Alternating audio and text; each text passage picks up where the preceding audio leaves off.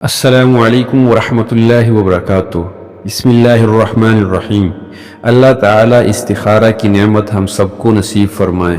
آپ کا ارادہ بنا کہ ڈاکٹر کے پاس جائیں تو پہلے استخارہ کر لیں۔ کوئی چیز خریدنی ہے تو استخارہ کر لیں۔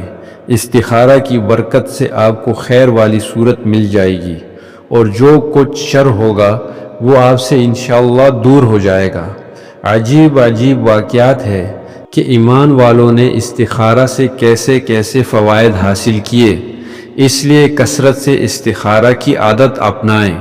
لوگوں نے استخارہ کو بہت بھاری، اجنبی اور مشکل کام سمجھ رکھا ہے، حالانکہ استخارہ کے لیے نہ نئے کپڑوں کی ضرورت، نہ نئے غسل کی، نہ خوشبو مہکانے کی، اور نہ خلوت میں جانے کی۔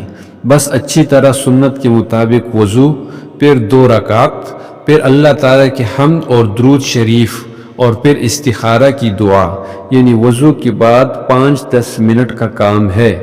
آج ہی استخارہ کی دعا یاد کیجئے اور استخارہ سے اپنی اجنبیت دور کیجئے۔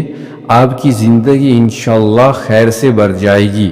ارشاد فرمایا، ناکام نہیں ہوتا وہ جو استخارہ کرے، پچھتاتا نہیں وہ جو مشورہ کرے، اور محتاج نہیں ہوتا وہ جو خرچے میں میانہ روی اختیار کرے۔